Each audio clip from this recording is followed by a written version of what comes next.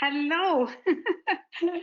Sorry, we're just a minute late here because we're having a bit of technical issues. Welcome and thank you. I understand there's over 50 people with us, so we're really excited to have you all here. This is our first webinar with clients. Usually do events in person, which is way different. So I hope that we give you the information because we can't see your faces if you're enjoying it or not. So hopefully you are. I want to start by welcoming everyone and to share with you how I came up with the idea to do this webinar is because I have been working in our industry for 33 years in our region, and I always love to help people and make things easier. The last year has been challenging, but we've all adapted, we've all changed our lives, and one of the things we're doing is like giving you a webinar, and hopefully we're going to give you information, answer questions to help you. So if you're thinking about moving or you're thinking about buying a home, you feel more comfortable and you know to come to us and ask anything you want to know. A little bit about myself. I know there are some of our clients here. Thank you so much. And then there are some that are not our clients. I have been in the business since '87. I have had a team for over 20 years, and I was also a broker owner for 10 years. I did sell my business 13 years ago. I always had a team and continued working with the team because I made a decision that what I love most and I have a huge passion for it is to be out with our clients, helping families and making a difference in their lives. And as it is really stressful to sell your home. So just to give you an idea, we are in the top 1% in GTA, which is something to be very proud of. And we could not have all these awards and all these things if we did not have the clients that it is you guys that have helped us, all the support and the loyalty that we have over the years. Our team, without my team, I would not be who I am, and I could never grow the way I do. Times change so much, technology, everything. So we have amazing young ladies, Lindsay and Jennifer. Lindsay is like our captain. She's in charge of operations, and Jennifer is our sweetheart to our clients. She takes care of them. She listens to them while we're running around, working hard and selling you a home and finding you a home. Ornella, and actually Lindsay is also my daughter. And Ornella is my other daughter. So it's really nice. We are like a family. We're all ladies. We're powerhouse. And they are like my daughters, and I'm like their mom. But Ornella is my daughter, and Lindsay is my daughter. Ornella is basically the one that when an email comes in, bing, she's within seconds getting back to you. Sometimes I see it come in, I don't even make it enough time to get back to you. And of course, Naria and Jody and Stephanie, they are our warriors out there with us, helping our clients to list their homes and sell their homes. In our team, we do both, and I'm always in the background, basically helping them and advising them with my skills of 33 years. I am going to be 66 years old this year, so I do have to get the younger generation to continue my legacy, and they're greater than I am because they're younger and they have more energy. I am going to go over our agenda. We're having a few issues with our mortgage rep, Ryan. So hopefully he will be able to come and join us. But if he doesn't, we will just go straight to Nicole. So Ryan works for Scotia Bank. He's amazing. He has helped many of our clients that they told us. I remember one, his name is Tom. I went to see him. He was going through a separation. He did not want to leave his home. We could have sold his home and made, the sale, but I thought that wasn't the best move for our client. And he's been our client for over 20 years. So I called Ryan, and he basically put the financing together and said, hey, Mary, we can do it, and this is the best thing. So that gave me great joy. And that's why I've asked Ryan to come here and share with you a little bit of information in regards to mortgages and what you can do if you have equity in your home and all that stuff. And then we have Nicole, our newest member. She's our stager, very Roy team stager, which I am so excited that we have our own stager. And we also have Mary Blair. She's stage fright, and she also works with us. She's been with us for 16 years. And without those ladies, it's a team effort and our clients' effort. It's all a whole team. So I'm going to, Lindsay, would you like Nicole to start then? Because Ryan is not on.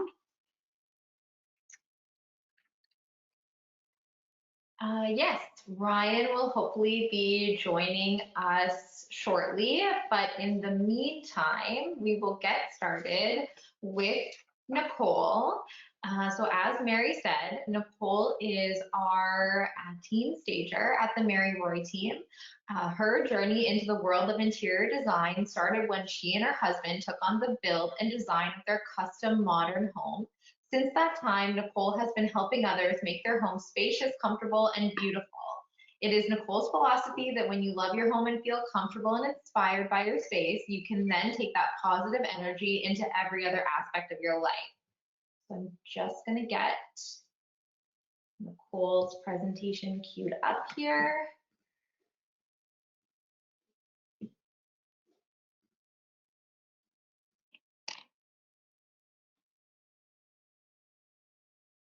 Nicole, please start. Okay. Hi, everyone. Thanks for coming. As Mary and Lindsay introduced me, I'm Nicole. So I think we just want to start off with what we've learned from the pandemic and how much we love our spaces now, or we don't necessarily love our spaces, and that's why we're choosing to move. What we want in a home is something a bit luxurious, but more comfortable. And I think the comfort piece is what we've really learned from this pandemic is we want to utilize all those spaces. We want it to be flexible. We want it to be luxurious, but we want it to be most of all comfortable and maximize the space that we're in, make it as functional as possible. So with that, kind of the trends that we're seeing for 2021 is the Pantone color of the year, which it's a beautiful gray, but with a zing of yellow. So we're seeing those comfortable trends in the colors, in the gray scales, but bringing in a bit more fun, a bit more of the luxe feel. So what Pantone has said about their colors is the selection of the two independent colors highlights how different elements can come together to express the message of strength and hopefulness, which is both enduring and uplifting. So again, bringing those comfortable feels, but those fun feels into your home. And I think that's what we all need for 2021, trying to move away from 2020. Not that it's been that much of a move, but we're working on it. So having these smooth, mellow colors and a pop into your space. What we're also seeing for 2021, that's kind of a continuation from 2020, is the cottage cove look or the farmhouse chic look. So we want our houses to be comfortable, as I mentioned, without skimping on that luxurious feel. So the cottage cove or the farmhouse chic is really taking those pieces that are older, a bit more comfortable, and adding a touch of new to them, which includes those glamour or those luxe pieces, the pops of color mixed with the traditional style, and highlighting spaces that can have muted tones, adding some earthy palettes, maybe those burnt oranges or those olive greens. But as we progress into spring, you might see, again, those yellows or the pastels, something a bit more fun, depending on the season. We're also seeing greenery. Greenery is huge right now. I don't know if you can see my Amazon behind me here, but it adds a little bit of the outdoors inside and creating a bit more of a comfortable space. It's really inviting to add some greenery to a home, and for a lot of us, gardening has added to a favorite pastime during this pandemic and something to do. So it adds an inviting, refreshing space, but also brings those outside elements in, and can clean the air you breathe, brighten your mood. So it's multi-purpose by adding the greenery. So these are kind of, sorry, I feel like I'm rushing through this. I'm a little bit nervous, but those are kind of the trends that we're seeing for 2021. Most of them are not new. They're kind of a continuation of what we've seen in 2020. except for the color palettes are a little bit different. So these are the trends that we're seeing.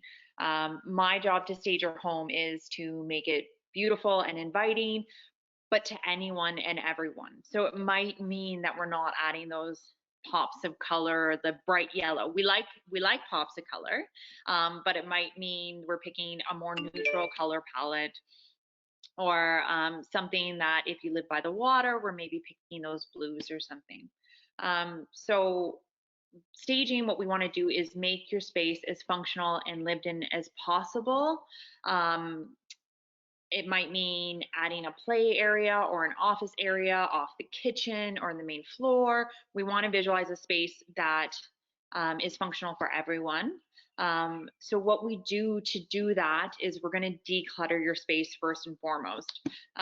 So what you might have in one space isn't necessarily going to work for a buyer. You might be in a different position. You might be looking to sell a family home and somebody's coming in to move into a family home. So we want to make that space speak to the people and the buyers that are looking for that home in that space.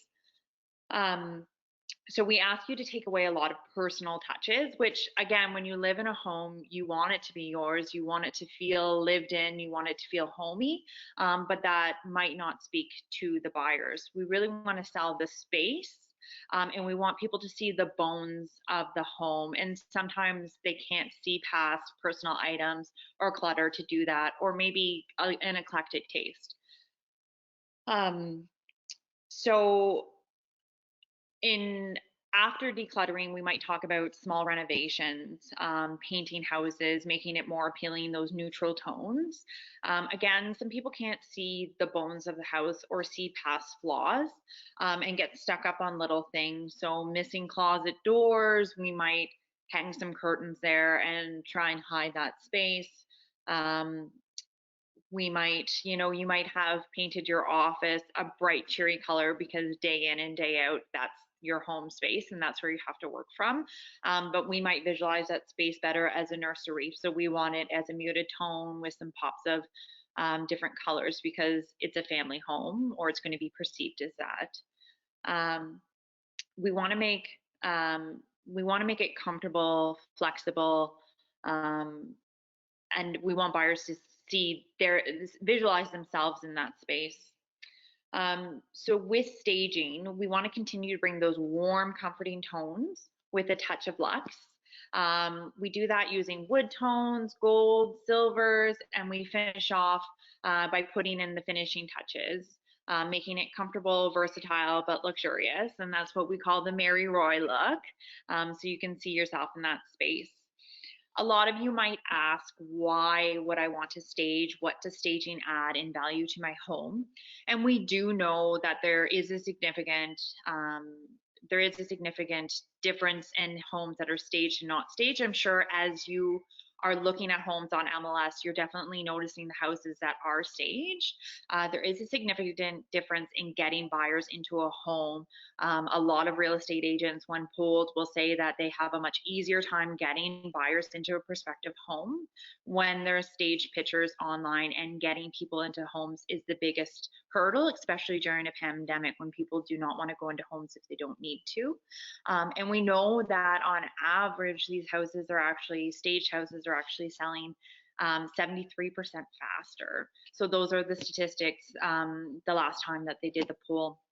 So it might not seem, when we're in bidding wars and with everything going on right now, that 73% faster is a big deal right now.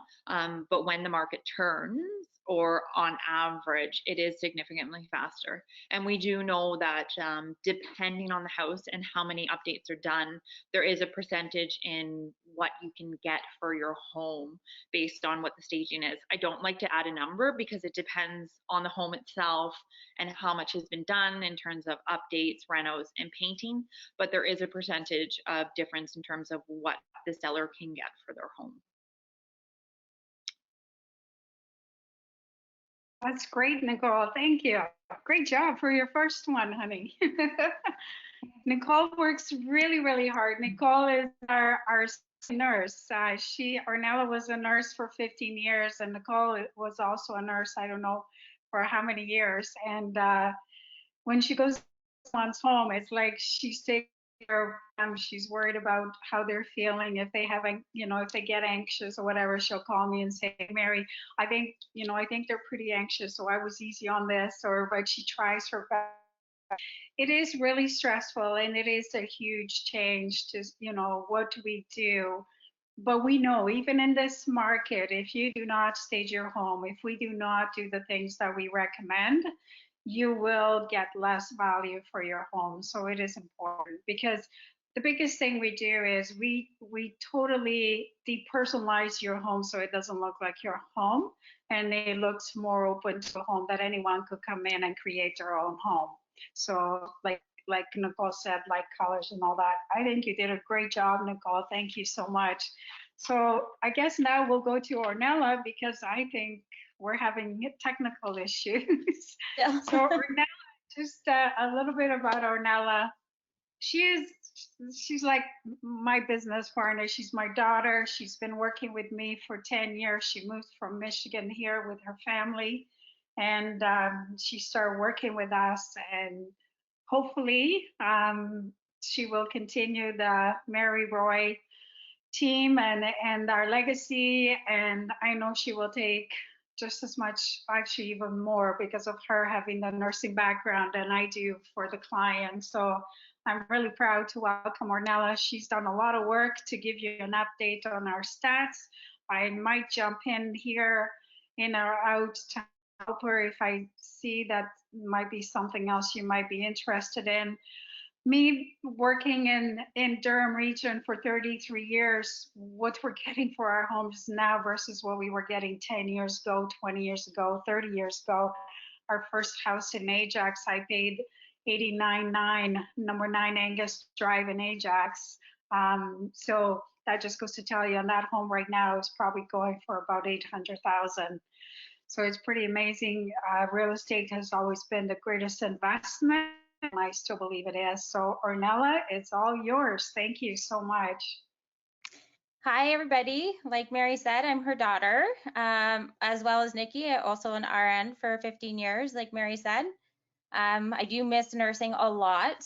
However, it's nice to be able to come in and take care of people in a different way, because purchasing a home and selling a home, those are the biggest investments of your life. And you want to make sure that the right people are taking care of you and looking after your best interest. And being a nurse, I'm good at that.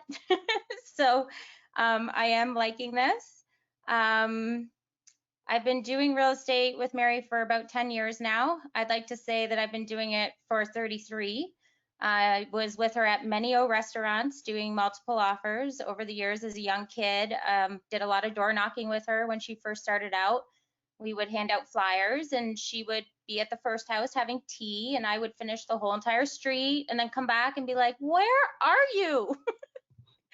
But she taught me the way to be successful is to build relationships, and that's what she was doing. And it's taken her 33 years into the making and continuing, and hopefully I can continue that for her. So I'm going to talk to you about the market stats for Durham Region.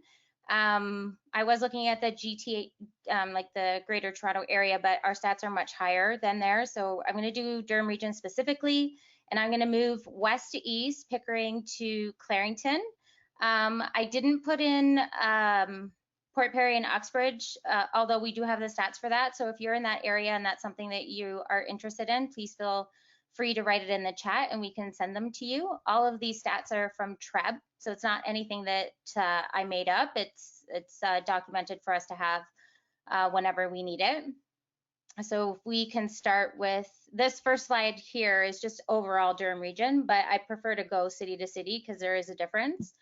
So please don't fall asleep. I can't see you, so I don't know if I'm making you laugh or making you nod off, but hopefully I don't put you to sleep through this. So I'm doing February to February, 2020 to 2021. Pickering, on this slide, I'll go through each style of home, but after that, I'll just kind of recap the bottom just for time, so we're not here all night. But February in 2020, detached homes, there was 44 sales with an average price of $896, 883. I'm going to look down because over 40, apparently you lose your eyesight. So I apologize for looking down, but I got to look at my sheets here. Detached homes in February 2021 are 92 sold in comparison to 44. And the average sale price is $1,292,686. So we went up quite a bit year over year. Semi-detached, last year at this time, there was, in February, there was 4 that sold with an average sale price of $665. This year we've had 16, so again, an increase. And the average sale price is $923, $538, which is also up quite a bit. Condo towns, last year in February, there was 14 with an average sale price of $525, $759. This year we have 41 as an increase, and the average sale price is $661, $271.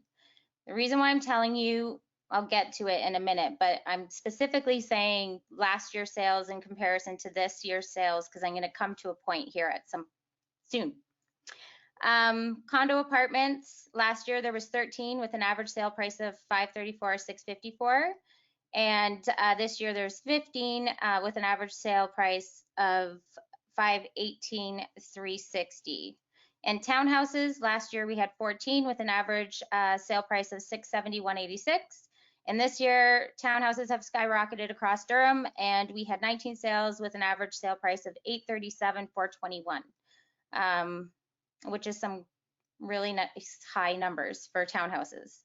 So overall, detached has gone up 44%, semi-detached 39%, condo townhouse 26%, and then condo apartments say that we've dropped -3%.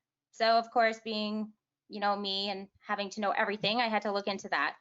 And we didn't actually drop. We still increased for condo apartments. The difference is that in 2020, out of the 13 that sold, 3 of them were 1-bedroom apartments and the other 10 were 2- or 3-bedroom apartments. So the sale prices were higher. Whereas this year, there was 15 that sold, and 10 out of those 15 were 1-bedroom apartments. So the prices are actually lower than the 2- or 3-bedroom. So it makes it look like we decreased over time, but we actually didn't. There's still an increase there. Now we'll move on to Ajax. So you guys can see the screen, so you can see specifically. So I'm just going to go down to the bottom. So Ajax has increased 41% for detached. Semi-detached 35%, condo townhouse 35%, condo apartments 5%, links 21%, and townhouses 28%. So that's your prices. They've increased in price by that much. If you're looking at the amount of sales, again, each individual one is higher this year than last year. And the reason why I'm kind of really trying to push that point is that we've been saying that these prices keep going up because we don't have any inventory. Because for the last year, we've had like 300 houses on the market at one time, freeholds, not including freeholds and condos, but freeholds themselves. We've been functioning under 300 for almost a year.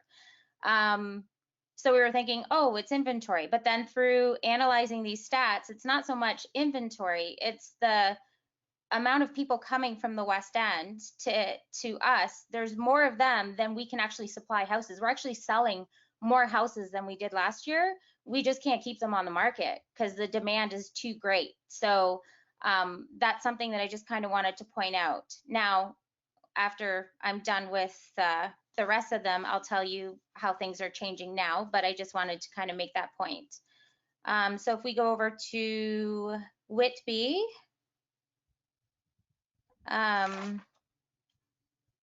Whitby's where I live. I love Whitby. We got good sports teams. Maybe not as good as Clarington, but I mean good. So year over year, detached and Whitby went up 37%, semi-detached 36%, condo townhouses 79%. Okay, so that sounds crazy, right? 79%. But just so that you guys understand how stats are, condo towns, meaning condos that, let's say the roof, the windows, outside exterior walls are covered by the condo corporation where the fees are higher. Those typically sell lower because they have high fees.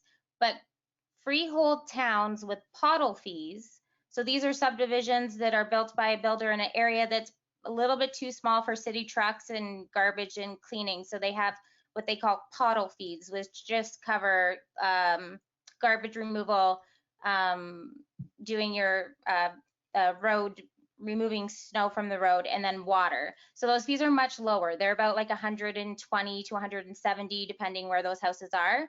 So a couple of those townhouses this year have sold for like over $900,000, specifically Valence Way in Brooklyn. There's been some crazy sales out there over 900, and then also Port Whitby, the pottle towns are also selling over 800. So that's why that looks like that's such a huge increase, because typically the condo towns with the traditional fees sell much lower.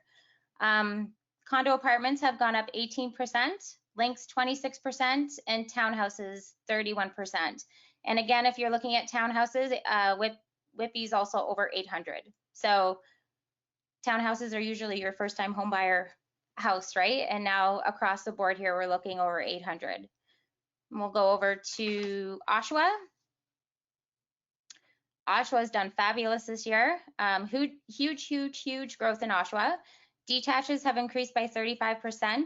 I feel like that number is so low because detached bungalows with basement apartments have probably increased more like 50% or close to. Those houses, even in South Oshawa, where houses were selling for 400, they're selling for 800. So Oshawa is really doing well. Semi-detached have increased by 46%. Condo towns by 39%. Condo apartments, again, I looked at that and I was like, I'm showing over 50 houses a week and doing multiple offers at least 5 times during the week, and there's no way that that's true, minus 21%. So of course I looked into that as well. And the reason why that number is so low is because condo apartments last year, there was 10 sales. And out of those 10 sales, 6 of them were your traditional 2-bedroom, 3-bedroom condo apartments. And then 4 of them were bachelor condo sales from the new residents and Oshawa on Simcoe Street. They built bachelor apartments, and those actually sell in the like the $150,000 to $200,000 range. So there's only 4 of those sales this year. That building, out of the 24 that sold, 20 of them were in that building and were bachelor sales. So all of those are under 200,000. That's what it's listed as for sales. Only 4 out of the 24 were your regular traditional condo apartments, 2 bedrooms or 3 bedrooms. So because of that, it makes it look like the number decreased, but it actually also did not decrease. It's actually gone up. Those Simcoe ones are kind of around the same. They've gone up like 5,000-10,000, not too much, but they still gone up. Links went up 43% and townhouses 33%. And you're looking at townhouses again in Oshawa over 700,000. So still a little bit of more affordable than the west side of Durham, but still inching up to quite high numbers. Now we go to Clarington. Clarington is also doing fabulous this year. It's growing really fast. They've got a lot of new construction as well as the GO train coming in. Caitlin is doing a ton of construction with the model condos by the GO train station, as well as the new waterfront subdivision by the lake there in by Port Darlington. So Clarington detaches have increased by 35%, semi-detached by 46%, condo towns by 18%, condo apartments by 11%, links by 42%, and townhouses by 51%, which is huge. And if you actually look at the townhouses in Clarington, they're going for more than the ones in Oshawa. So Clarington is doing very well this year. Also, as for numbers, just even from January this year to right now, January we had 100 sales in Clarington, and in February 261. So they doubled their inventory in just 1 month. So the next graph I'm going to show you is our TREB housing market chart. This is from 1994 to today. And this is just to kind of ease people's minds on what is going to happen to the market. Like, people are worried it's going to crash or we're going to lose a whole bunch of money. And in this graph, you see that the market has adjusted actually twice. It adjusted in 2008, which is kind of like in the middle there, and then it adjusted in 2017. And if you actually look at it, when these markets go, right, like you're on an upward trajectory and then it goes up and then it comes down, but you're still higher than where you were before it started. So if you were to put a ruler along that, you still have a nice line going up. So real estate is always a good investment. Over time, it always goes up, even through its little blips. So it's still a good time to invest in real estate if you're worried about that, because our market has done well since 1994, even with our little drops. One of the things that, like, go back to that other slide, in 2017, I sold a house to one of my favorite clients, and we sold their house high. And then we purchased a house in Port Whitby, and it was a small house, like a 1,400 square foot link with 1-car garage. And we were in multiple offers, and we paid like over $700,000 for it. And at the time, that was what I considered to be a little bit high, like a lot high at the time. And I said to them, well, it's relative. We sold high and we're buying high. So at least, you know, you did good on your sale and maybe not so good on the buy. I can't promise you that I could ever sell this house for this amount ever again, but, you know, we'll see what happens. And the market did jump down, and now their house is $200,000 higher than it was in 2017. So I don't know. I wish I had a crystal ball, but it doesn't seem to be changing even when it does drop. The next slide. Our Durham Region stats. This is kind of going into prediction here to try and predict what's going to happen. It's really hard when you're in a pandemic to predict what's going to happen. It's the pandemic that's increasing, like on top of the 25% increase of immigration that we're having. We also have a whole bunch of people that don't have to work in offices all the time anymore. They only have to work in the office 2 days a week, or maybe their job has been sent home for all the time. So now they're moving away from the city, getting bigger properties, more space.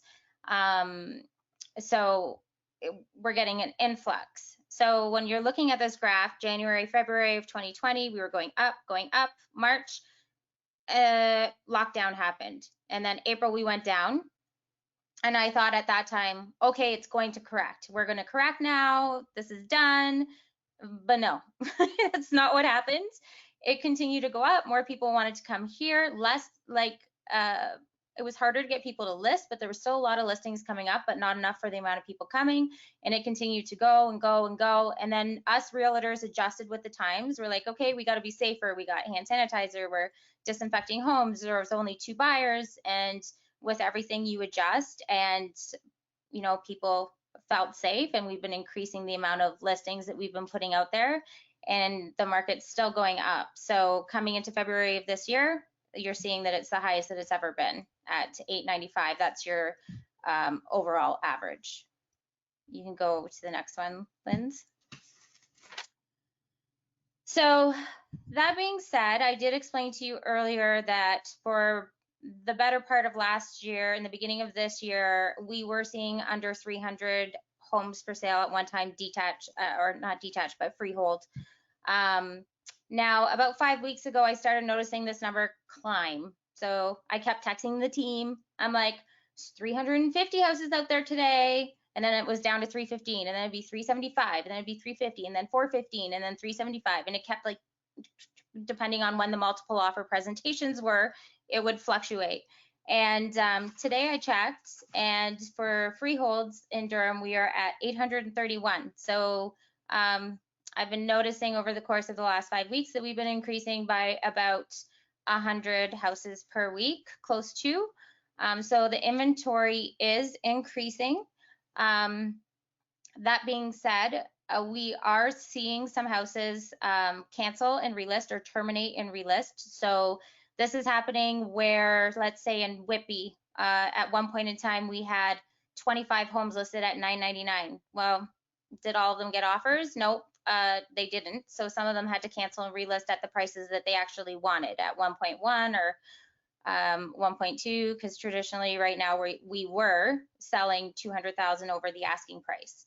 So some of those houses did terminate and relist, but when they are selling, they're still selling for the prices that we're expecting them to sell for. It's not like they're dropping.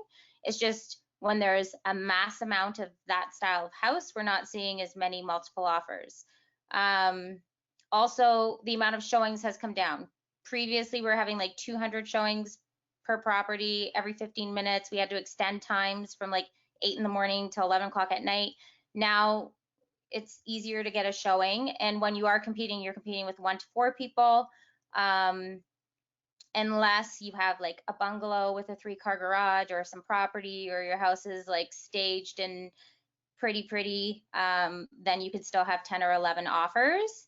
But we are starting to see a change. So as a seller, if you're going to be selling right now, I would make sure that you are very aware of what else is listed around you, what price they're going at, how many of them there are. If there is a lot of inventory for your style of home, then holding offers might not be your best option. Selling more at what your house is worth may be a better option. So we've been transitioning on some properties more to pricing it at value, and then doing like a 24 to 48 or 72 hour irrevocable, which is not really holding offers, but kind of in a way holding offers, because you're not allowing you're not allowing your seller to respond to the offer until 72 hours after the offer is given to you.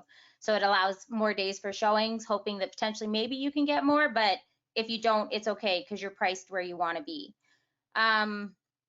So that's my only advice for sellers right now. For buyers, boy, some of you guys are on here that I'm working with, and I know this has been a rough road. We have lost many of offers over the last year. It's really hard, because what we know a house is worth, someone from Mississauga, Brampton, or Toronto comes in and just blows us away with a price that we would never expect. So it's been rough, but inventory is increasing, and with the houses terminating, it might be a good idea now to start pulling the terminated listings and looking at them. Some of them might not be as pretty, like they might not show as well, or they may not be staged, but if you can kind of look beyond that, it might be a better way to get into the market without competing against other people. So that would be my advice for my buyers. As for, are we going to continue increasing, stabilizing, or are we going to adjust? I'm not 100% sure. Currently, right now, we are seeing more inventory. We're seeing less showings, less people in multiple offers, and not all houses going into multiple offers. But when you're looking at the prices are still going up. No matter how we're selling them, they're still going up at the moment. So if I had a crystal ball, I would tell you, but I don't. If we go into lockdown again, you know, they might continue to go up, because it seems like every time we go into lockdown, they kind of go higher for some reason. So I don't know, but I'm there for you. So we'll get through it together. So Ornella, what I wanted to add on, those stats that you're giving, they sound like amazing, but that's really relative to the size of the house. January of this year. Overall, our market really started going up in October, November, December, and then January, February just went crazy on us. And I would have to say that OSHAWA would have the highest increase in the homes based on the prices they were at. And that's what happens in Durham Region.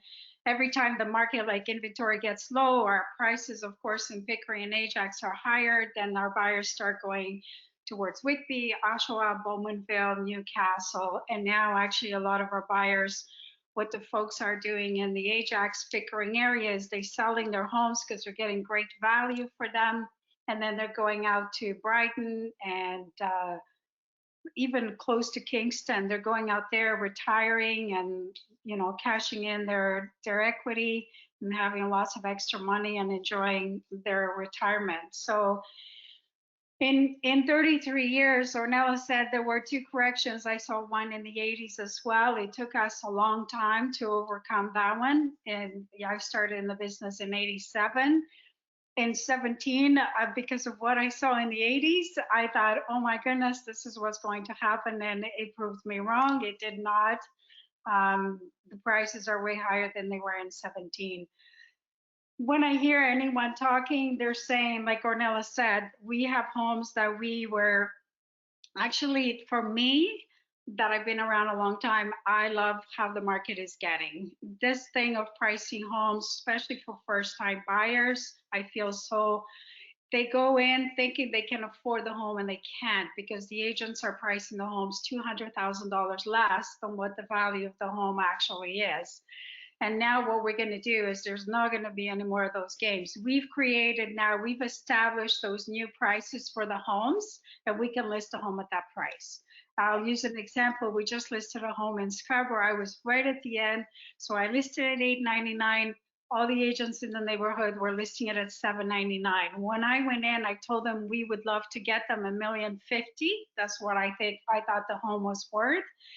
We listed it and we had offers. We got 2 offers on the day that we said offers were being presented, but they weren't great offers. So I said, the agents came in, tried to give me the song and dance, market is changing, we can get the house. No, you're not getting it.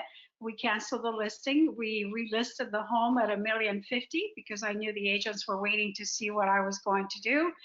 And I did it right away. We didn't waste any time. And then we had 2 offers the next day because we weren't holding offers, and we sold it for $1,045,000, I believe. So, you know, I came very close to what I believe the value was. And we just listed 2 homes, and they're both listed in over $1 million. One is on Liverpool. I believe it's listed $1,209,000, and another one is $1,200,000. And that market is not as great as the lower end. The lower end, of course, has gone crazy, but it just came out today because of all the things that we did to, you know, put it out there. It was coming, the teaser videos, all that. So we already had 4 or 5 showings on it. So I think our market is going to be strong as long as nothing changes. And Ornella is right. If we have another lockdown again, I think we're going to have more of those people that are working from home that need to get out. And a lot of divorces this year as well because of being stuck at home. So a lot of different things. I'm going to continue now on, Mary, I'm sorry to cut you off. Ryan is here. He isn't able to get his webcam up, but he is going to talk to us just using audio. So I just want to introduce Ryan to all of our attendees. Ryan is an active member of his community. He has built an understanding of the needs of local mortgage seekers, from both first-time home buyers to self-employed and seasoned investors. Ryan provides custom and innovative solutions that will fit your overall financial goals, and he has over 20 years of experience. So Ryan, thank you for joining us, and we look forward to hearing about everything mortgages today. Great, thanks, Lindsay. Can you hear me okay? we can. Yes. Okay, good, because I know you can't see me, which is probably a good thing, because I fought 3 computers today trying to get one to work, and I don't look very good right now. So I'm actually kind of happy that I'm audio only. So I was beat up by computers today. So thanks for having me. I know everyone's first question whenever they talk about mortgages is rates. So I'm going to address a little bit about rates. Very important that you understand rates. But the one thing I do want to emphasize is, though they're important, you need to understand rates. And rates actually equal product and equal options. So the standard question that anyone that does a job similar to mine is, what's the lowest rate you can get? And I wouldn't advise that that is necessarily the way you always want to start a mortgage conversation. You want to be competitive in rates, but I don't think in most things you want to purchase, you definitely want to go for the cheapest route. Some pitfalls to watch for in low rates is sometimes you get into mortgages where you cannot move, and therefore you won't be able to refinance or move to another provider if you're unsatisfied. So a lot of the low rate options are that. So definitely make sure your rates are competitive, but really understand the product that you're going into. I would never want to put someone in a product that doesn't allow them to pivot halfway through their term, either moving to another home or refinancing. So rates are starting to creep up a little bit. It's a lot of economic factors in bond markets that I won't go into, but I think people will start to see it also simply because we hopefully are seeing an end to the pandemic. So the banks, because we were at historical lows, they really would prefer them to go up a little bit. I think the Canadian standard on a 5-year fixed, I don't think you'll see any of the big 6 banks as of tomorrow having anything less than 2%. So you're still going to be able to borrow at less than 2% on 3 and 4 years, which is still an incredible rate considering, you know, the numbers that Ornella was just telling you about, and the mass of mortgage that you would be borrowing against. Variable rates are also now becoming more attractive to the banks because they haven't actually sold them in a few years. And you can get some rates right now as low as 1.45. So those are things just to keep in mind. Definitely have the rate discussion, but understand a rate is part of a product. And make sure you don't get trapped in just going and looking for the lowest rate. You wouldn't want your builder to, you know, build your house with the cheapest lumber they could find, right? It has to be the right lumber for the right house. It has to be the right rate for everything that you may want. So just be cautious on that when you are shopping around. The other thing that, you know, I definitely work with Mary and her team is on pre-approvals. And in the market we're in, you definitely want a pre-approval.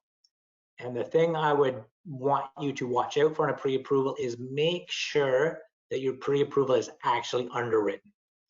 Some banks may provide you a pre-approval and it's purely illustrative. What I do if I ever do a pre-approval is we will actually underwrite you on that pre-approval. That means we'll verify income, we'll verify liabilities, and that will allow you the maximum purchasing power when you go shopping with Mary and her team for a house. You'll be able to go in solid because I would love a condition of financing on every single mortgage. It's not possible in today's market. You have to go in without that. And the only way you can go in without that 100% is if you're underwritten. So that's something to watch for on pre-approvals. The other thing that we do with pre-approvals a lot, and Mary touched on this at the beginning, you may be looking that you think that you want to move, but what we find out in the pre-approval process is timing might not be right. So the other thing, I'm actually looking at a total financial checkup when we do a pre-approval for you. So you might be in a situation where you're actually probably a year away from wanting to move. But by doing the pre-approval and underwriting you, you know, we can make some recommendations to either lower some debts, adjust some debts, provide more liquidity, just refinance possibly where you are today in your current home. So you can do that upsize maybe in a year's time. My business and Mary's team's business, we're the same. We're a pipeline business. So it's not about turning you around in 24 hours. We are going to build a relationship with you. And if the move for you to upsize your house is a 2-step process, then we'll go through that 2-step process. It doesn't have to all happen at once. So we'll give you the best solution. And that comes out through the pre-approval, because what you might want might be attainable today, or it might not be. And that's what doing the full pre-approval will help you find. That, yeah, you can do what you want to do, but here's the steps we got to take first. And that's what I like to do with your mortgages. That also leads into, you know, if there is anybody on here that's not necessarily looking to move right away, because interest rates are at what they are, borrowing to reconcile debts, to do renovations, to do any of those things is, you know, one of the biggest, you know, busiest parts of my business right now. Because, you know, to be able to remortgage anything, you know, a $500,000, $600,000, $300,000 mortgage, and be paying interest at less than 2%, you know, it's nothing that's going to last, I don't think, for much longer. And a lot of people are locking into that now. So it really is good if you have credit cards, cars, or want to do a reno, it really is a good time to lock into that and get another 3, 4, or 5 years at that rate and get done what you want to get done. Like I said, whether that's a refinance to pay down some debts or to upgrade the house you're in, because as you know, the market is tough right now, and being a buyer is really tough right now. Being a seller is easier. That's the easy part you'd have. But the buying you might not want to go through with all the war. So you might want to sit back. And if you are working from home and we do a nice renovation for you, and the payments because of the interest rates are all very, very reasonable right now. And again, that's part of a whole financial plan we can do for you. Again, looking forward too, if I refinance a primary residence today, it doesn't mean you're not going to move in the future, but we build that relationship and we set those goals. So that's basically what I would suggest on the mortgage side. Know your rates, know why you're paying a rate, make sure that the mortgage product you choose will allow you to do everything you want to do in the future. Make sure you get a pre-approval if you are going to be shopping, because it's the only way you would probably get a deal, and Mary and her team will, confirm that, but you're probably not going to get a deal done with a condition of finance these days. And lastly, just if you want just to have a financial checkup on your mortgage, on your property, review your debts and go over what your next steps would be, I'd be happy to do that. These are all done free of charge and fully confidential. So that's all I guess I have for now, Lindsay and Mary. So I guess I'll mute till otherwise spoken to. Ryan, can I ask you just one question? Because a lot of our clients have to do this now that we go into their homes. So a lot of people are retired and they want to go buy a home because, they want to make sure they find the home that they want. But they have to arrange financing it because they're not working and they don't have an income. Can you share how you can do that, which is like by doing a bridge loan, or just so that way maybe some folks have some questions on that? Yeah, unfortunately for the mortgages, the number one thing is income. So purchasing a new home in retirement isn't always necessarily going to work. It's more depending how much equity they have, and that's kind of what more I find. So if they're able to sell a home and they only need a $100,000 or $200,000 mortgage, we still do get to use retirement income, so pension plans and any government. But on a retirement, it's not. I generally see it going the other way, where I get to downsize it for them rather than qualify them for. Is that what you were asking me? I'm not 100% sure. No, it's not about them going up. They are going down. But what I'm finding is, like, I have a situation right now, a client, and I wasn't the one that sold her the home, because I always tell folks that are retired this information before they do anything. So basically, she bought a house firm because that's the only way she could get it, and no conditions. But she will not be able to get a bridge loan unless I have a firm offer on her house, because she's retired and she doesn't have enough income. So what I'm trying to say is, like, if you're not aware of this, please make sure you call Ryan and ask, like, okay, if I want to go buy a house for $500,000, even though I have $1 million of equity on my home, how am I going to be able to do it? Because I think that's really important. There's a huge market for those folks that they're moving, they're buying down, they're selling their homes, but in between they're going to need money. So this situation, I have to have a firm offer by April 13th, and their house is coming on the market in 2 weeks. So no pressure at all. Yeah, that would be. And I have to call the agent, because thank goodness I know the agent that sold them the home in Belleville. So I'm going to be calling John and say, okay, John, how can you help us? Because I know I'm great and I'm good at what you do, but I'm going to create this miracle here. So that's what I meant. Maybe I didn't explain. And just for the bridge, it won't be hard for her to get a bridge. Bridges are the easiest thing, but like you said, 100%, you need a firm purchase and a firm sale. Like, to build a bridge, you need those two things to build it between. And again, she'll get the bridge loan, but exactly to your point, you need both a sale and a purchase firm.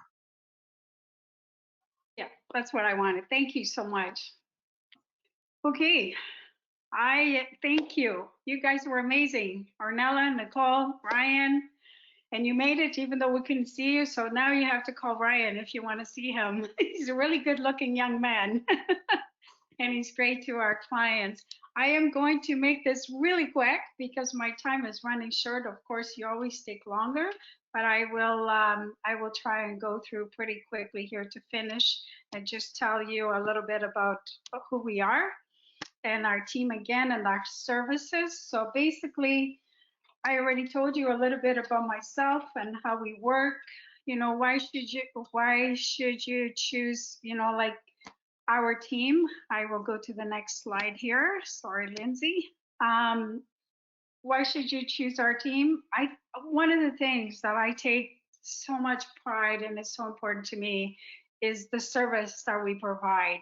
When you list your home, you know, yes, you know, it's really going well and it's really busy, but you know what? We still have to do all the things right to make sure that we get you that top dollar, that your home sells when it's supposed to, and that I am strong enough to negotiate. And that's what I love to do. I love the negotiating. And then, of course, having our support staff in our office. And we also give you reports that show you everything that we do. So what we say, we deliver to you in writing as well, so you're aware of it. We're not perfect, but we try our best to do everything we can to make our clients, you know, we try and tell you this is what we're going to give you, but we always aim to over deliver. And if we make a mistake, we apologize and we correct it right away and make sure that we do the right thing. Staging your home, of course, you heard Nicole. You know, a lot of folks that go into their homes and they say, my God, my home is, it is beautiful. There's nothing wrong with it. Do I need to stage it? Yes. And the reason for it is we know what photos attracts people, even with the crazy market that it is. If your photos don't look good, if your videos don't look good, they don't come and see your home. So setting the stage is very important and what your home looks like. Go ahead, Ornella.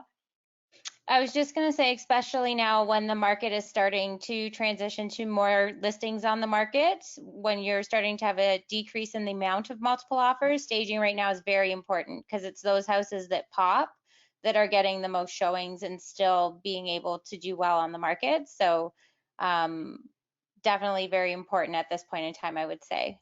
Yes. Well, every time there's a change in the market, we have now to train our sellers, to a different market, and our buyers as well to a different markets, and the realtors are new in the industry, how to work, what to do, what not to do. So it's the strong agents, of course, the ones with, that's been in the business a long time. They're the ones that have gone through all the different stages. So they're the ones that hold on no matter what happens.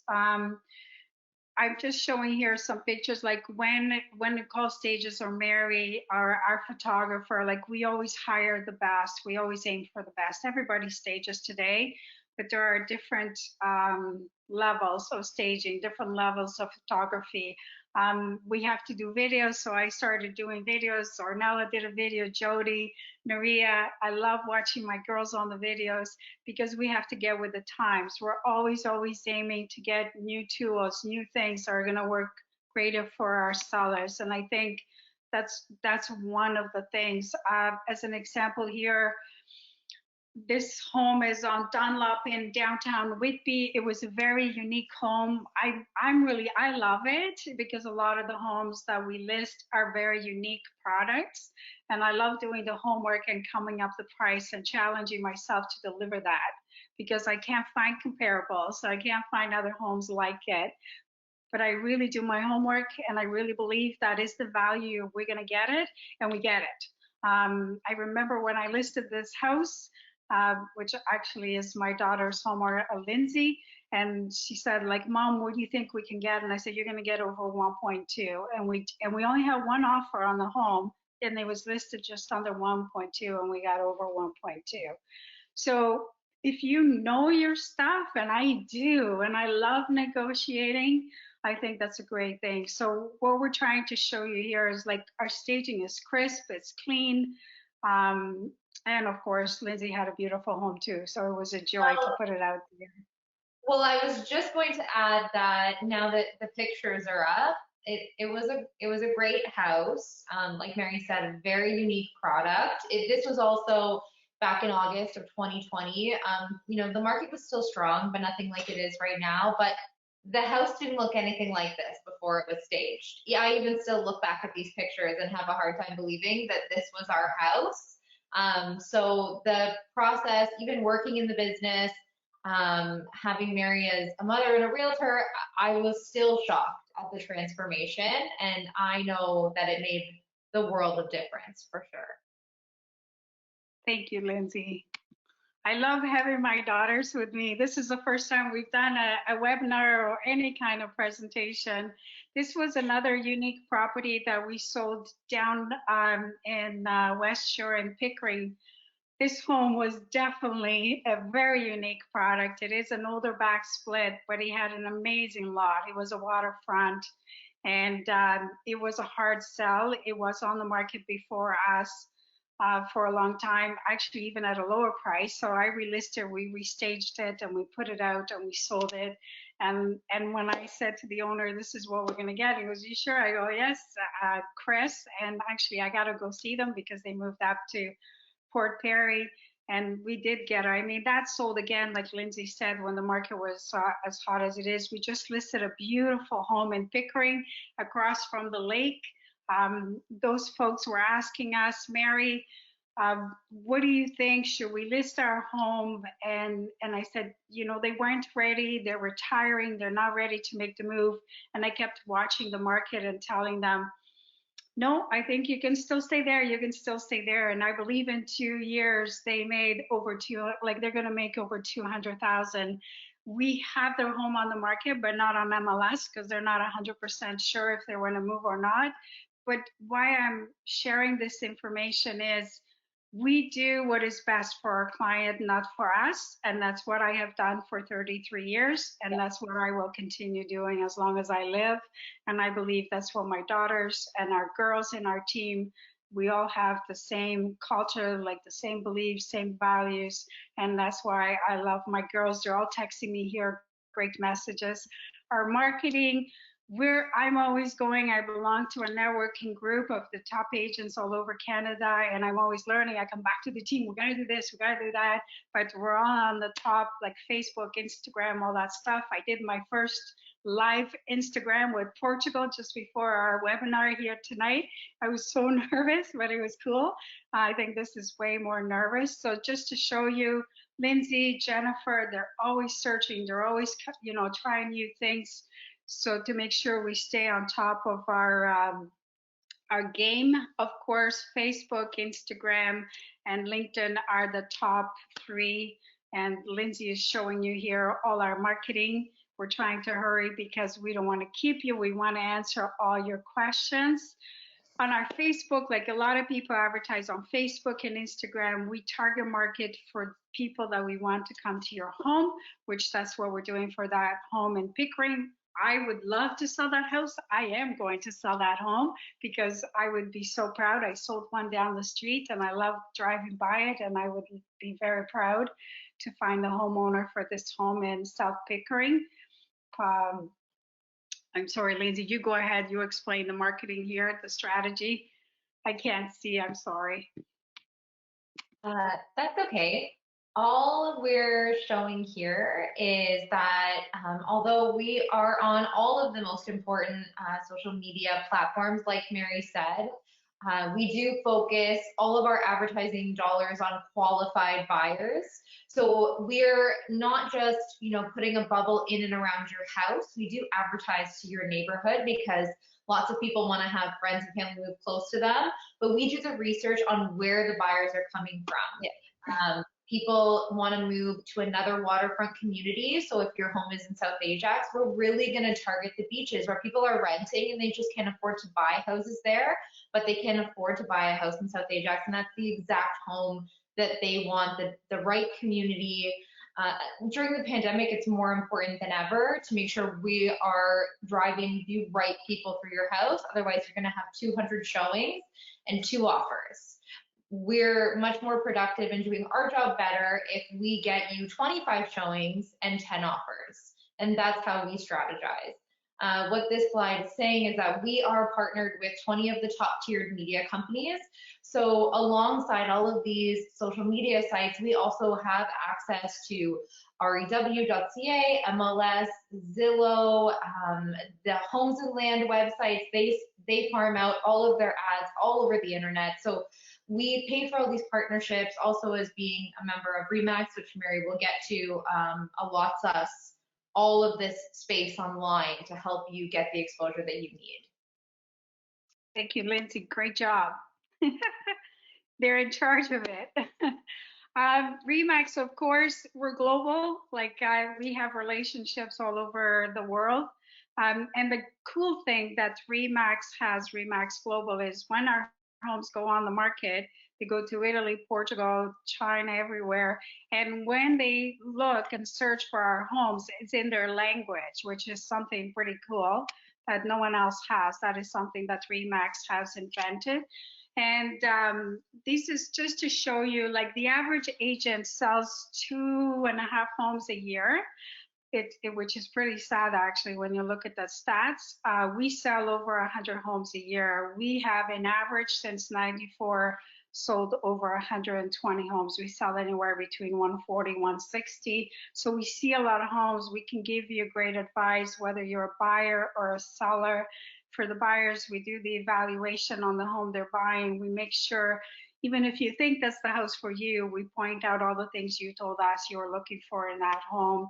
And our sellers, we tell you what is best for you to do so I can get you the highest amount of money.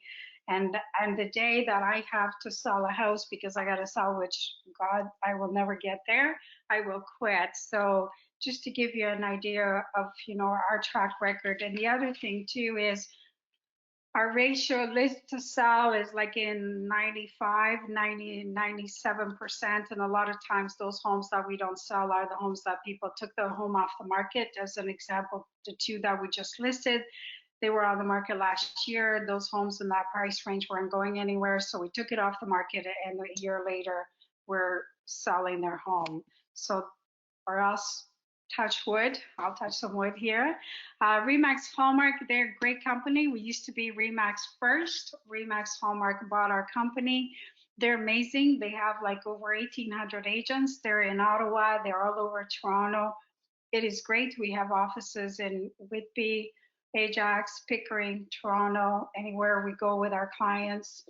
We also have broker base. So right now what we do is we list your home a week before. We do all the marketing, all the advertising to get teasers. We call that a teaser, do the video. And then they put it on their hub, and it's exposed to like over 8,000 agents. I think it's like over 7,500. Any real estate company that's part of Broker Bay, that hub, they get those exclusive listings. So it's almost like we're putting this home out there to thousands of agents. We also email any agents that have shown our previous homes, and we just do on and on and on. But Hallmark is great. They have a lot of training, a lot of things. As far as the COVID, we had to change a lot of things how we do our business. Like in March, April, we basically sold 1 house, and oh my goodness, what is happening? So what we did is we got on the phones. We helped a lot of our clients, our seniors, like if they needed anything, we'd go pick up groceries, whatever, to help them. And that's how we got through the month of April. And then we said, okay, we have to continue. There are people that they have to sell, whatever reason. So then we started doing the virtual showings, and we started doing virtual evaluations. So people will walk around the home. And then what we do now is we have like someone, like a lot of the folks now, and I think that's why we're seeing more homes coming on the market. They're going to family members' homes, and they stay there for 4 or 5 days. We allow all the showings. We have a cleaning company go in and disinfect their home, and then that way they can come home so they feel better. So please call us, ask us if you have any concerns or you're afraid. We're really equipped. I bring this package to your home to, you know, make sure, like now the agents are pretty good. They, everybody, no one is allowed in a home unless they have a mask, and we always have sanitizer in their homes.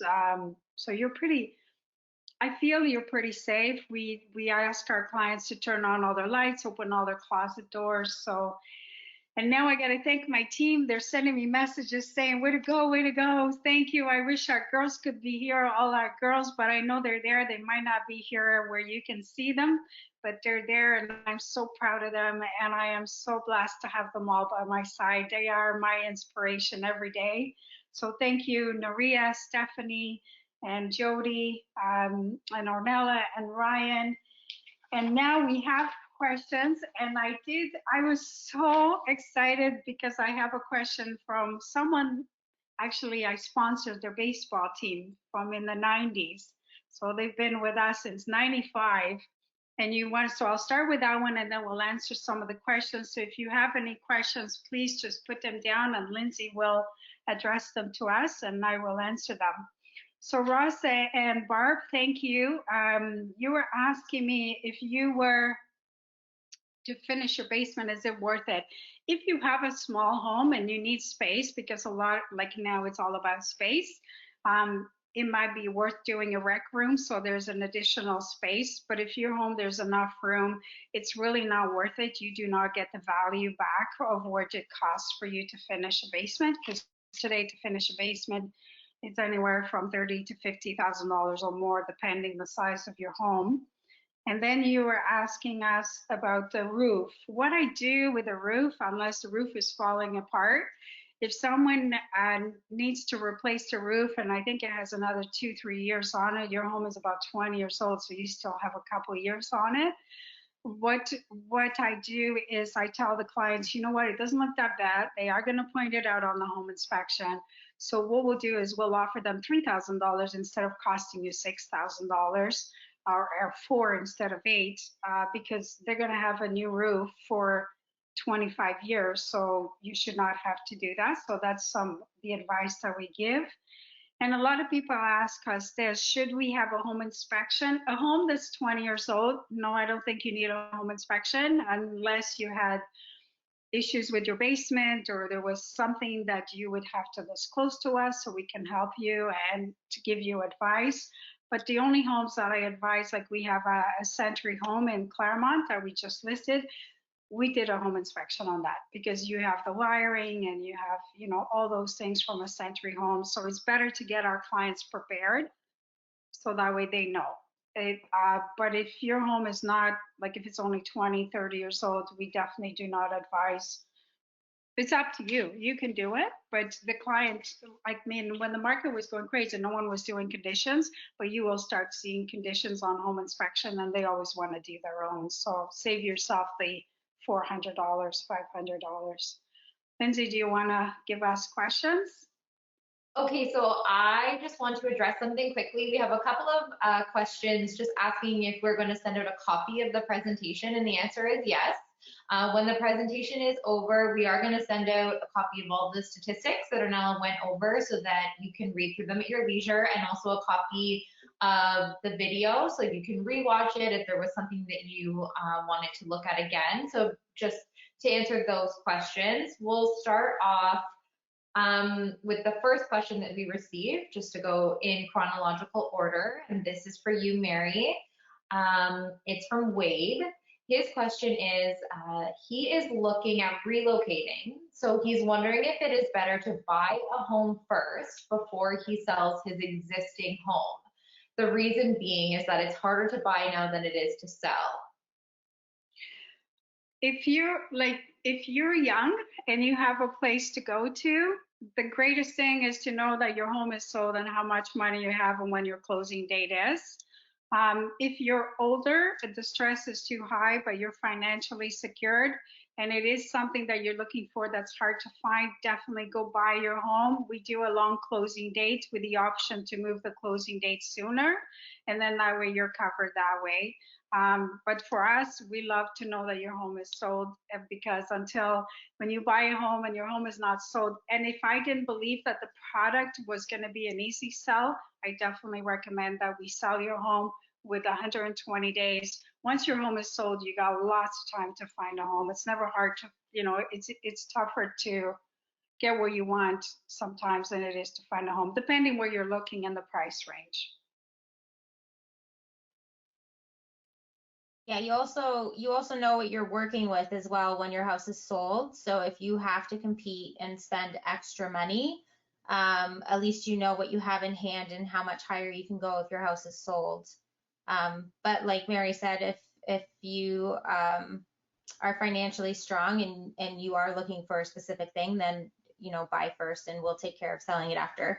It will just be one of those things like Mary says, no stress, I got it.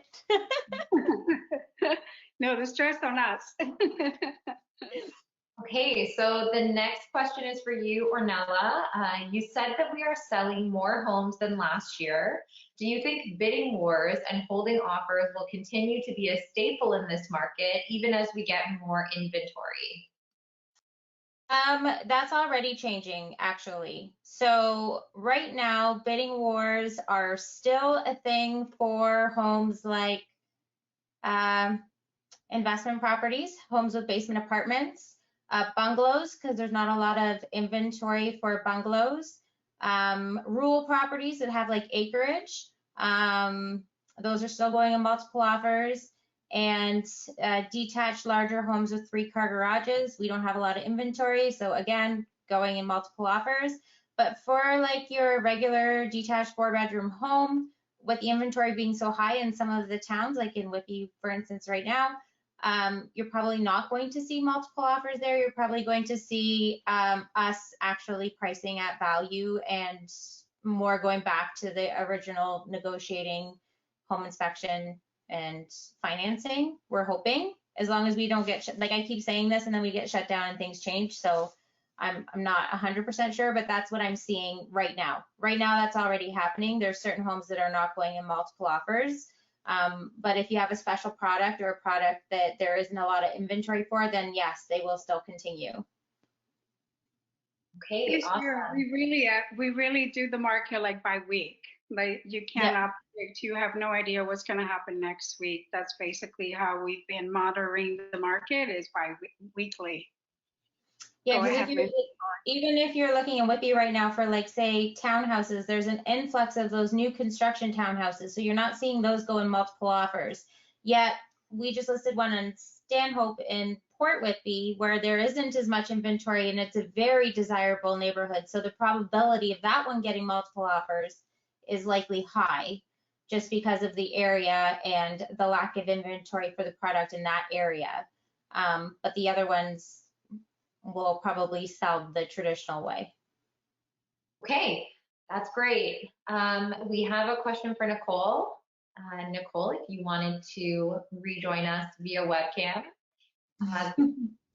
This question is, if I can't paint my entire house, are there key rooms that I should focus on refreshing? Most definitely. So the living room is a huge selling point. That's one of the first rooms that people look at. Master bedrooms, especially during pandemics, we're spending a lot of time in our living rooms or bedrooms, and then kitchens and bathrooms. Guest bedrooms aren't necessarily like kids' rooms. Guest bedrooms definitely are down the line. So start with the living room, master bedrooms. Kitchens and bathrooms, again, it's best to talk to us before you do those major renovations, because Mary can tell you where you're going to get that money and where you're not going to get that money. So before you do a massive kitchen renovation, definitely consult Mary, and our team can come in and look at that and try and give you an idea of where you're going to get your money back.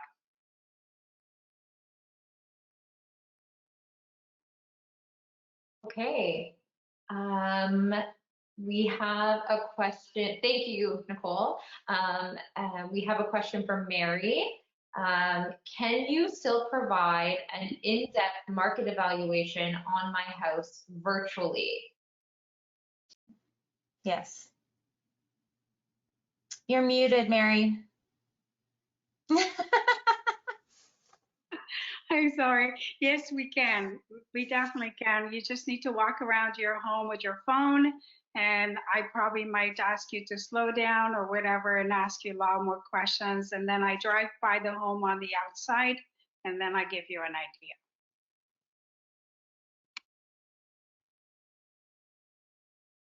Okay, Did you want to elaborate on that a little bit? So you will visit, you'll kind of do a drive-by and then you'll talk on video chat with them? Sorry, yeah. So basically, if you want, please give us a call. We can do like FaceTime, WhatsApp, or we can set up a Zoom meeting for you. And then you just walk, like if you're on an iPad or a notebook, you can walk around your home, show me around, show us around. And then what we do is we email you our listing presentation, all the comparables, all that stuff. And then I go over with you with the price. But I do drive by your home because it's just to get a feel what the home looks like on the outside, what the neighbors, like homes on each side look like in the street.